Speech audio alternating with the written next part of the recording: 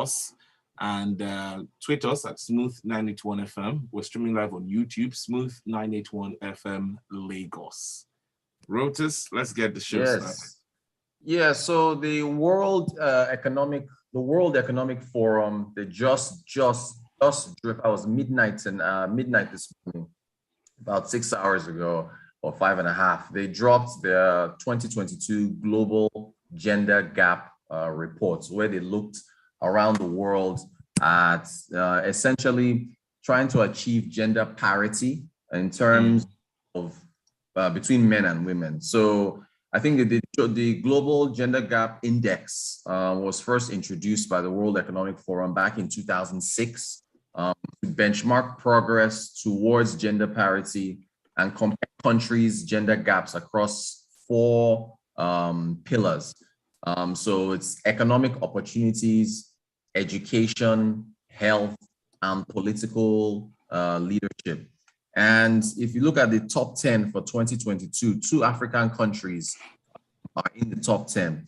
So you've got, well, number 1 is Iceland. Iceland has, its gender gap has been closed by 90%. So the closer, if you get to, the closer you are to 100, you've got perfect parity. That means there's equal economic opportunity, education attainment, healthcare, and political participation for both men and women.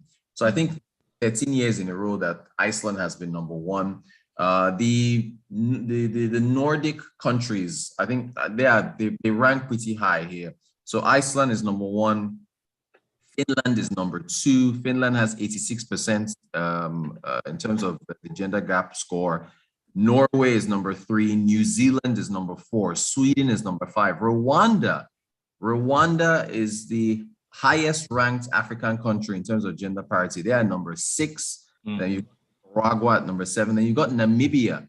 Namibia is at number 8. And then you've got Ireland at number 9 and Germany at number 10. So I thought it was pretty impressive that you've got Rwanda and Namibia, 2 African countries. Yeah, ahead of Ireland, ahead of Germany, and so on and so forth. So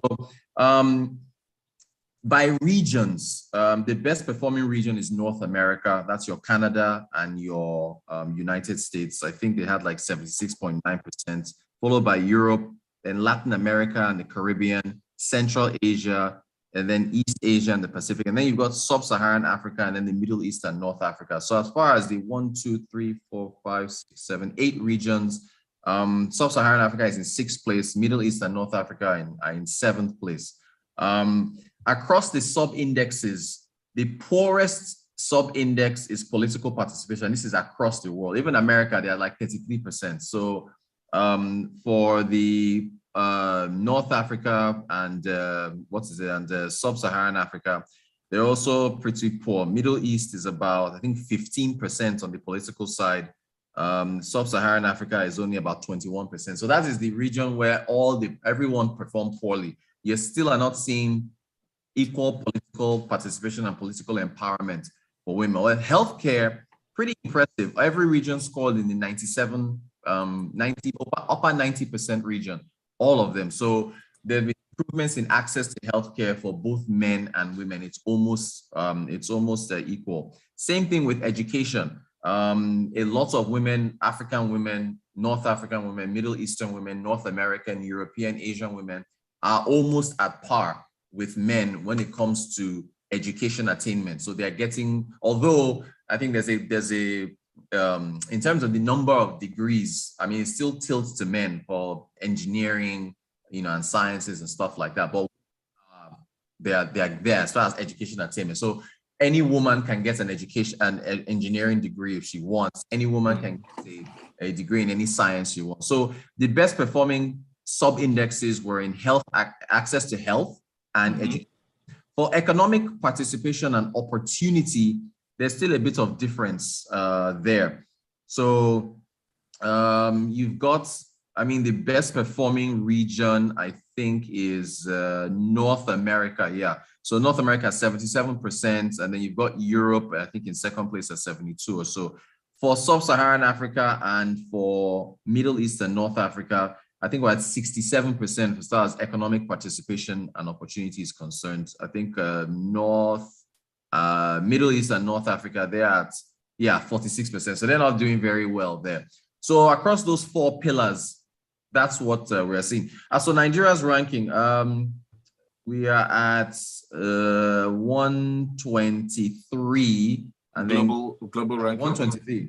But for sub-Saharan Africa, what was our ranking for sub-Saharan Africa? 27. 27, yeah. Now, and the bottom 10, Nigeria is, in 10th place. And then as far as the, 27th, but as far as the last 10, Nigeria is in that list. But for top 10 sub-Saharan Africa, it's Rwanda, it's Namibia, South Africa, Burundi, Mozambique, Cape Verde, Madagascar, Zimbabwe, Kenya, and Eswatini. But what can we do to improve this ranking? Because soon enough, we might get people from the presidency say, "Oh, this is not the ranking that we should focus on. We're doing well, and things are improving. It's just that it's not captured yet." But overall, what can we do so that next time we're not where we are? So for political participation, if you want to get really radical, don't let men run for office.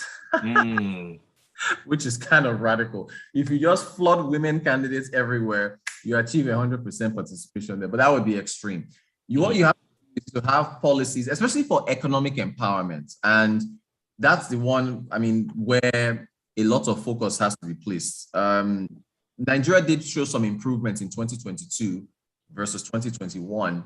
But you still have to have policies that allow for, that's in the public sector and private sector. It's better in the private sector as well as economic empowerment because it's kind of linked almost to education, right?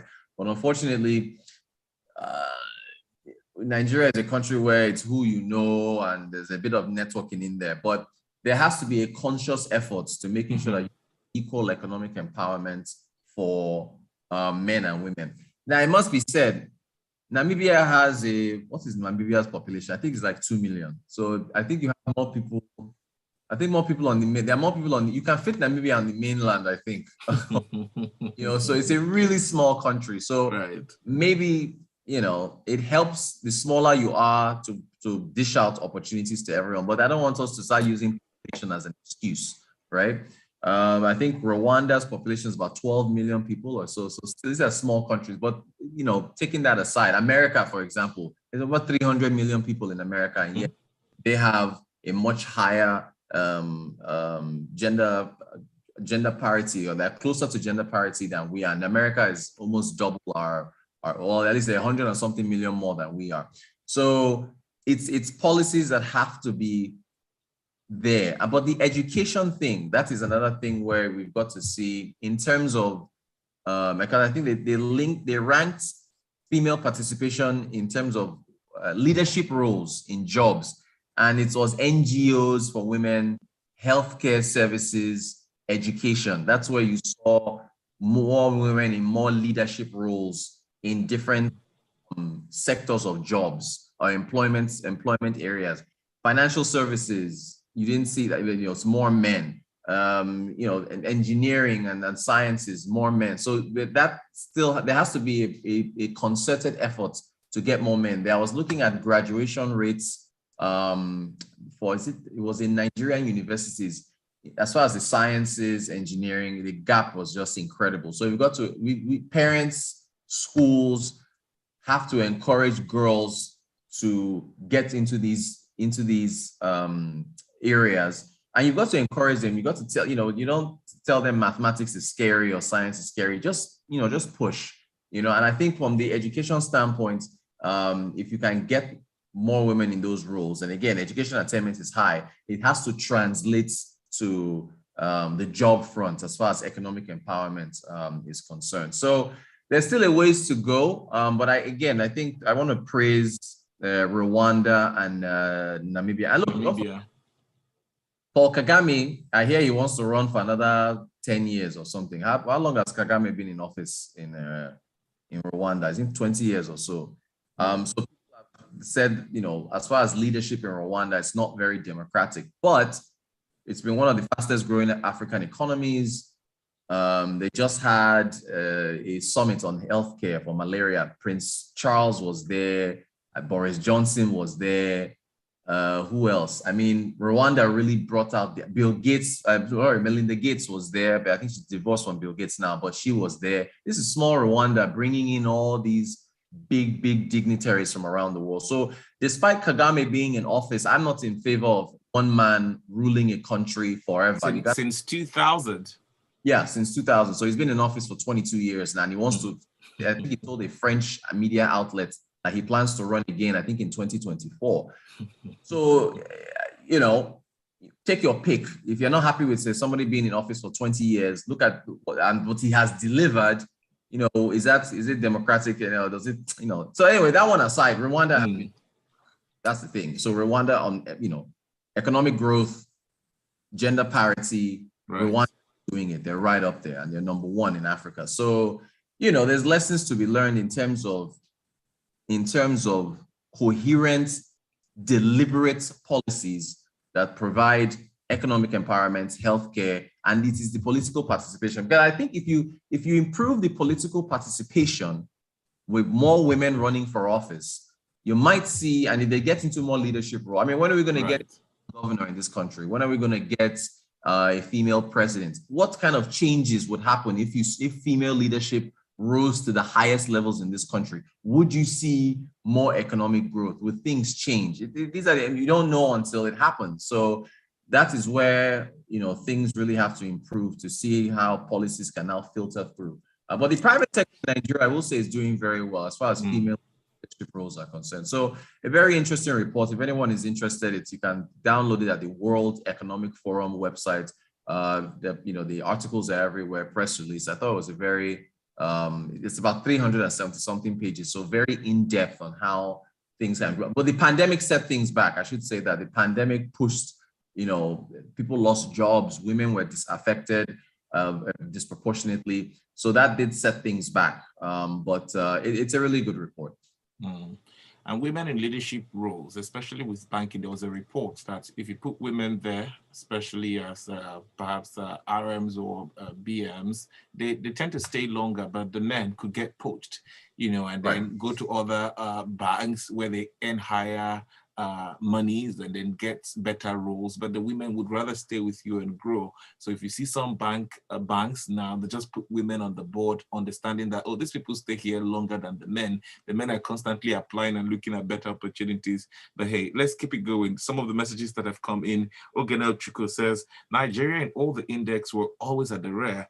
When you consider a certain religion, don't give opportunity for female, our constitution needs to be fine-tuned. That's his strong point there. Strong point. And we have Yinka Bolu coming in. He says, Rwanda, only 12 million people. No wonder Bojo was trying to help them populate. But I think it's 12.9. So let's say 13 million people. Yeah, just about. Yes, but wait, are we not ignoring the mental construct in this and in this encouraging women to get into sciences? I'm sorry if they say they're not interested. Who are we to force them? Trying to get my kids develop interest in my field of study. I got the shocker of my life. My second said she wants to be a ballet dancer. It's scary for me as a father. I mean, no, my sister wanted to be a ballet dancer when she was young. She's a lawyer now, so I mean. It's one of those stages. I think they'll pass through that, but parents can encourage their kids and not gently in a particular area just to see how their interests develop. Let's wrap up with this addition from Ogenel Chuka, who says, I prefer a Rwanda type of president than a leadership who is not forward thinking. I'm not sure we need a president in office for 20 years in Nigeria. We should debate that. It's a really interesting debate. It wouldn't happen. We might have to check our constitution, and then the National Assembly needs to work on that and send to the president for assent. It wouldn't happen. We're not ready for that conversation yet. Yeah, I mean, I'm not in favor of it, but with the kind of leaders we've had, Rotus. Exactly. 8 years and go, please. No. Thank you very much, Rotus, for being a part of the show today. Let's keep this going on social media. Use the hashtag BusinessExpress981, tag at Rotan Court and at Smooth981 FM. We'll be back again tomorrow at 6:30 for some more business stories. Enjoy the rest of your day. Good morning.